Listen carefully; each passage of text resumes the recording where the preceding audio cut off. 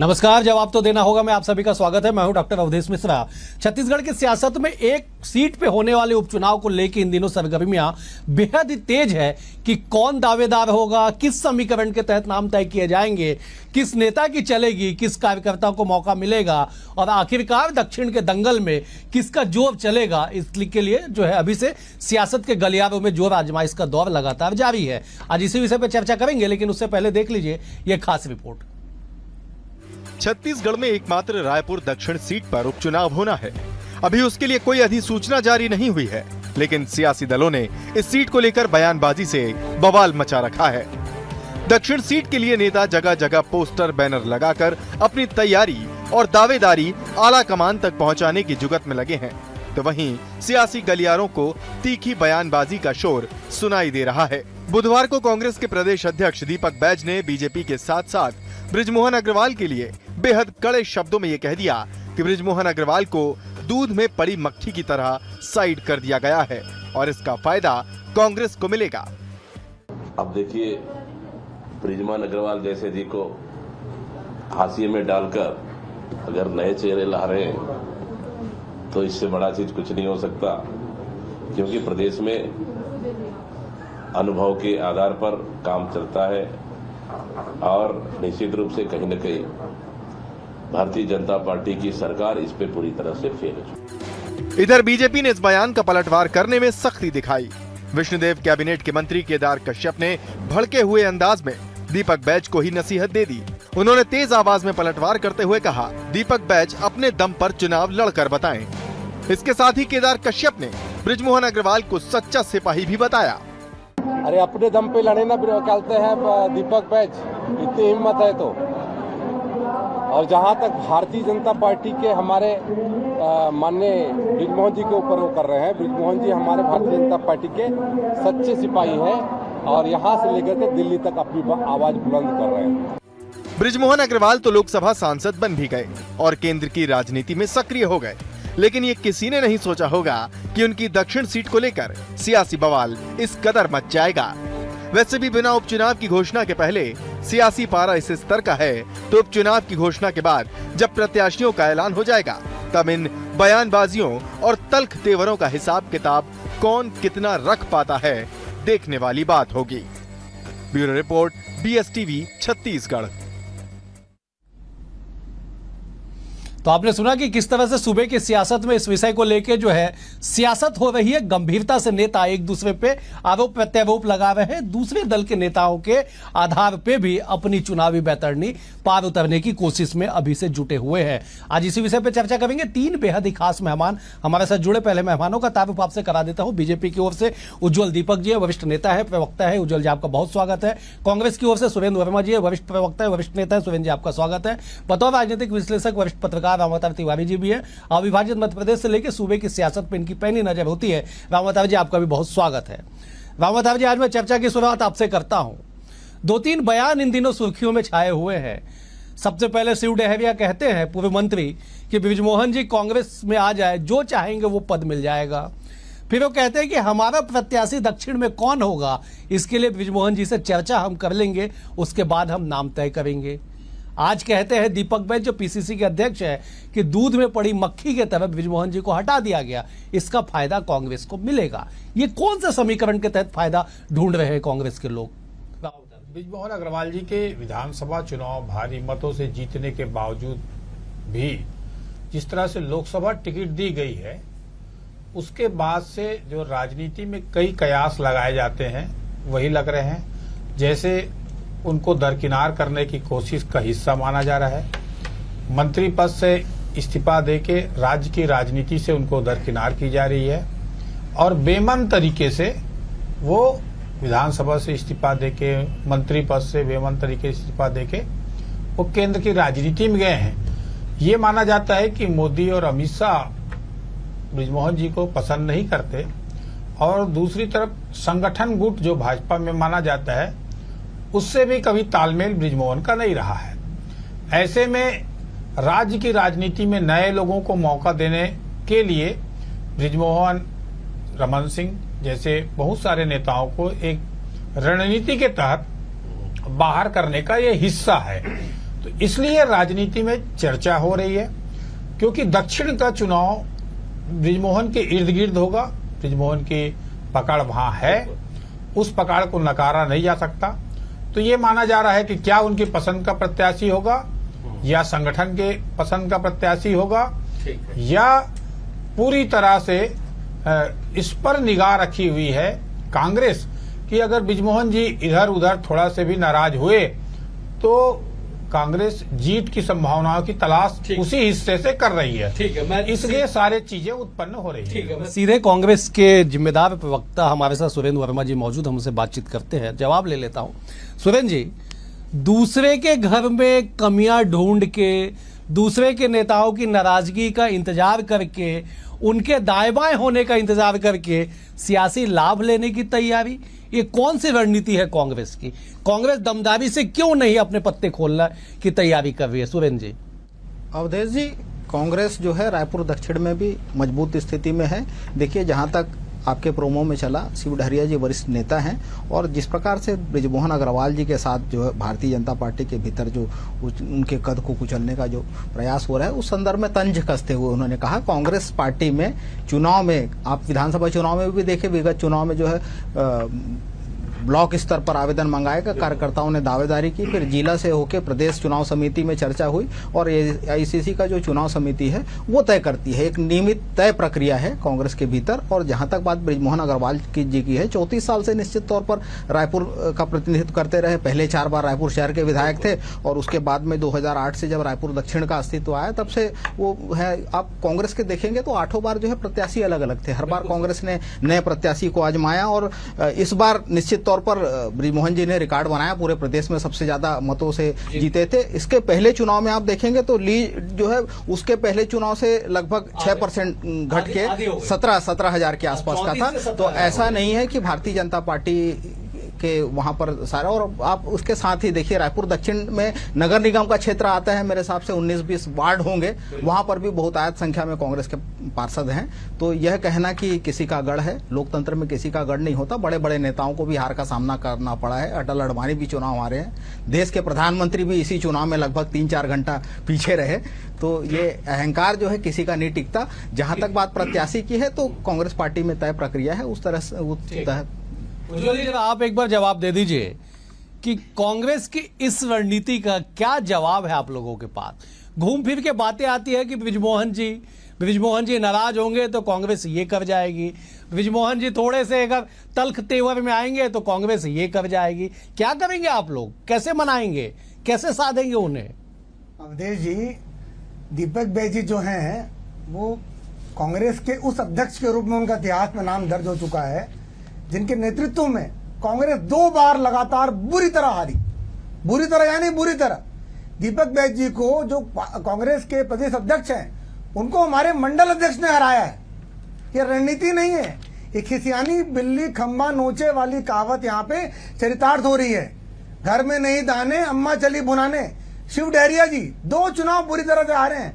वो कांग्रेस के कौन से ऐसे पद पे हैं कि वो किसी हमारी पार्टी के बड़े नेता को, सम्मानीय नेता को, जो 8 बार लगातार चुनाव जीते, उसके बाद लोकसभा को चुनाव रिकॉर्ड वोटों से जीते, उनको ऑफर कर रहे हैं?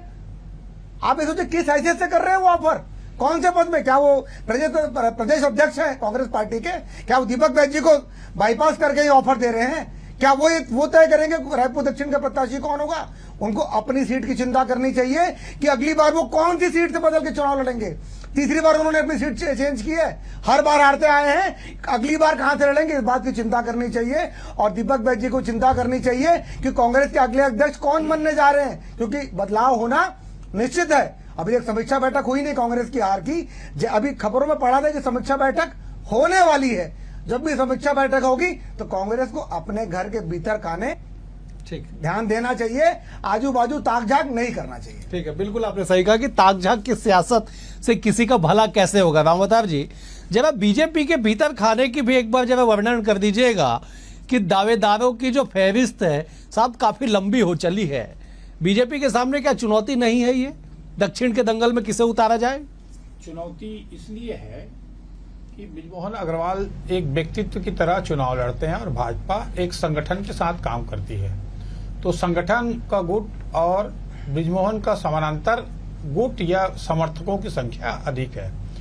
ऐसे में वहां पर संगठन क्या अपने चहेते किसी को टिकट दे पाएगी, या बृजमोहन की परिवार वालों को देंगे, या समर्थक को देंगे, या संगठन का जो समर्पित कार्यकर्ता है दीपक जैसा कोई और मिल सकता है। तो इस चीजों पर ही निगाह राजनीतिज्ञों की है। बृजमोहन जी चाहते हैं कि उसके दोस्त प्रेम प्रकाश पांडे या परिवार के कोई सदस्य या उसकी इच्छा अनुसार कोई चुनाव लड़े, ताकि वो अपने राजनीतिक है वो राज्य की राजनीति में भी सक्रिय रहे और उसको जिता के ले आए। तो अगर जिसको बृजमोहन जी चाहेंगे वो वहां पर जीत सकते हैं, ये बात तो तय है। तो क्योंकि उनके वहां पर दक्षिण के लोगों से संबंध है, तो इसको निगाह भाजपा भी रखी है और कांग्रेस भी रखी है। कांग्रेस इसका फायदा लेने की कोशिश कर रही है इस मायने में कि बृजमोहन की जब पार्टी खिलाफ काम कर रही है भीतर खाने में, तो क्या उसके इच्छा अनुसार प्रत्याशी मिल पाएगा या नहीं मिल पाएगा। मिलेगा तो ये माना जाएगा कि संगठन जो है और बृजमोहन के बीच एक नई रणनीति तय हुई है। अगर बृजमोहन की इच्छा नहीं मानी गई तो अब कांग्रेस कूद कर चाहेगी कि उसको लाभ मिले। तो ये रणनीति बन रही है। शायद सरकार आने के बाद, भाजपा सरकार आने के बाद पहला उपचुनाव होगा। इस चुनाव में बहुत महत्वपूर्ण भूमिका रहेगी भाजपा की भी और कांग्रेस के लिए भी। इस कांग्रेस के इसलिए कि कांग्रेस को अब ये दिखाना है कि वो किस स्थिति में है। दूसरी तरफ भाजपा को ये दिखाना है कि पहले उपचुनाव में वो किस तरह जीती और किस तरह सामाजिक संतुलन के अलावा व्यक्तिगत संतुलन बना पाती। जैसे कि भाजपा में सारे दिग्गज नेता धर्म कौशिक, अजय चंद्राकर, बहुत सारे ऐसे नेता जो मंत्री पद से वंचित हो गए, राज्य की राजनीति से दरकिनार हो रहे हैं। ऐसे में क्या नया समीकरण बनता है, ये एक समझने वाली बात रहेगी, क्योंकि दक्षिण के टिकट बहुत सारे राजनीति को, राज्य की राजनीति का संकेत देगा। उसके इंतजार में युवा नए पीढ़ी वाले हैं कि उनको मौका मिलेगा कि फिर से वही राजनीति चलेगी। बिल्कुल सही, बिल्कुल आपने सही कहा। आपने एक नाम का जिक्र भी किया कि उज्जवल जैसे कर्मठ कार्यकर्ता नेता को मौका मिलेगा या नहीं, ये भी एक रणनीति का हिस्सा होगा। बहरहाल मैं एक बार सुरेंद्र जी का रुख करता। सुरेंद्र जी, रामावतार जी ने बड़ी अच्छी बात कही कि बृजमोहन जी चाहेंगे तो वो प्रत्याशी जीत जाएगा, बृजमोहन जी नहीं चाहेंगे तो नहीं जीत पाएगा। क्या इसी लाइन को कांग्रेस फॉलो कर रही है कि वो नहीं चाहे और कांग्रेस चाह ले तो उसे जिता दिया जाए? जी, आप भी वरिष्ठ पत्रकार हैं और रामावतार जी ने जो कही बात, वो आम चर्चा में भी यही माना जाता है कि प्रत्येक नेता और कार्यकर्ता का अपना स्टाइल होता है, अपना तरीका होता है।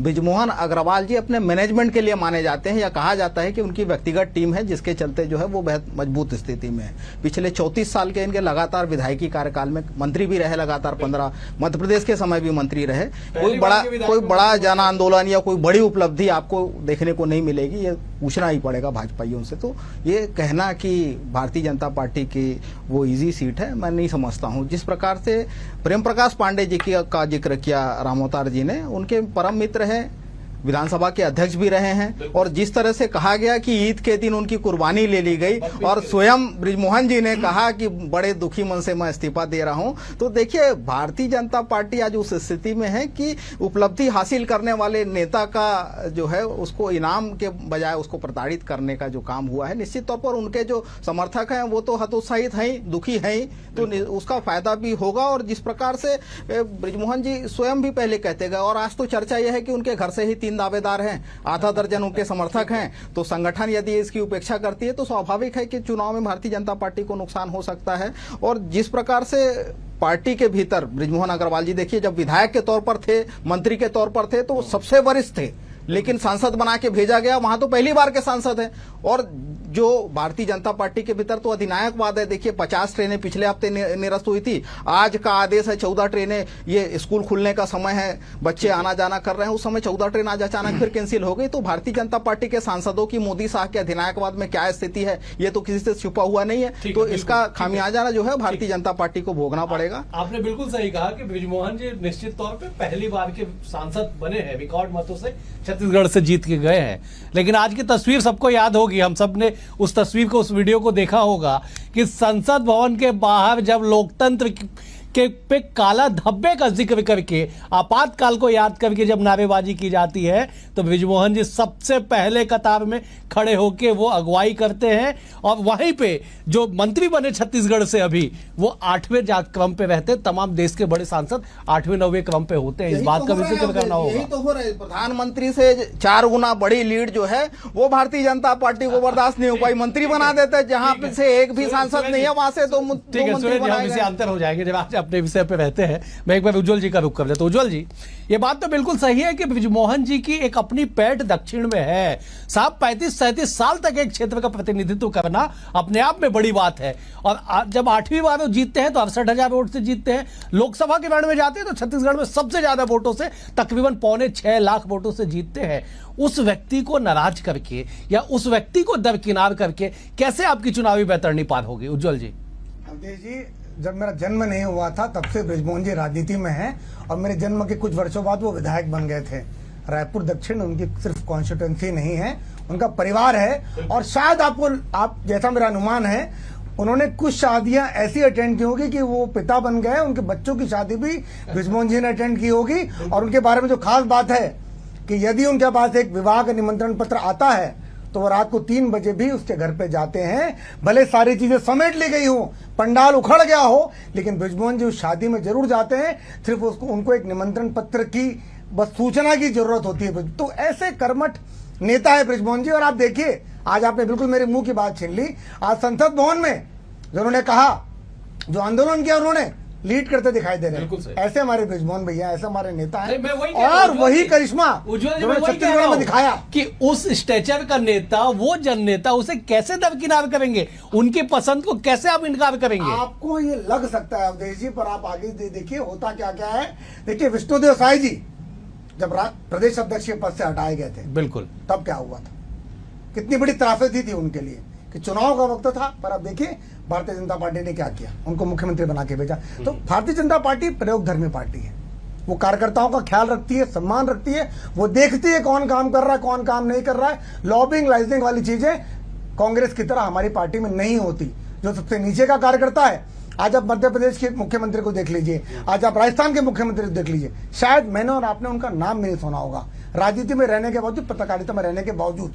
तो ऐसे सरप्राइजेस भारतीय जनता पार्टी देती रहती है और कार्यकर्ताओं का सम्मान कर। आपको अगर लग रहा है कि बृजमोहन जी को दरकिनार किया गया है, सबसे बड़ी भूल है कांग्रेसियों की भी और पत्रकार जगत की भी। आप देखिए बता आगे क्या क्या होता है। चलिए ठीक है, भूल और भूल सुधार, इसमें बहुत बड़ा मुहिम से एक लाइन होता है। मैं रामोताब जी के पास एक बार जाता हूँ। रामोताब जी, जब इस बात पे जरा एक बार अपनी टिप्पणी कर दीजिए कि दक्षिण के दंगल में जब सुरमाओं के चेहरे खुलेंगे, जब प्रत्याशियों के नाम सामने आएंगे, तब बृजमोहन अग्रवाल जी का क्या भूमिका उनकी होगी यहाँ पे? जो राजनीति है उसके अनुसार से ये लग रहा है कि बृजमोहन को तवज्जो तो मिलेगा, उनकी राय तो मानी जाएगी, क्योंकि विधायक लंबे समय से रहे हैं, राज्य की राजनीति में सक्रिय हैं और उनके बिना चुनाव वहां जीत पाना थोड़ा कठिन रहेगा। 10 सेकंड टोक रहा हूं मैं आपको। अगर बृजमोहन जी की राय मानी गई, उनकी राय सुनी, तो उज्जवल दीपक जी जैसे नेताओं का नंबर कब लगेगा? देखिए, ये तो संगठन को सोचना है। भाजपा खुद व्यक्तिवाद की राजनीति के खिलाफ है, परंतु वहां पर स्थितियां दूसरी है, वहां व्यक्तिवाद ही चल रहा है। बृजमोहन जो है व्यक्तिवाद की राजनीति के भाजपा के पक्षधर रहे हैं। वो अब संगठन को चुनाव लड़ते भी हैं तो संगठन को एक सम्मान है, मगर वो संगठन के भरोसे नहीं रहते।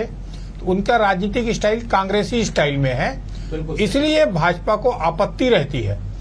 इसलिए वहां की जो कार्यकर्ता है, ये बात आप बिल्कुल सही कहा कि जो भाजपा के संगठन के वहां के कार्यकर्ता सक्रिय से जो कोई भी किसी को भी टिकट मिले काम करते रहते हैं, वो लोग भी निगाह रखे हुए हैं कि हम समर्पित जो लोग हैं काम कर रहे हैं, उस पर शायद संगठन हमारी तरफ नजर रखेगी और हम ही में से किसी को टिकट देगी और बृजमोहन जी भी उसका समर्थन करेंगे। तभी सही भाजपा का मायने होगा, संगठन का मायने होगा और तभी संगठन का महत्व बढ़ेगा भी।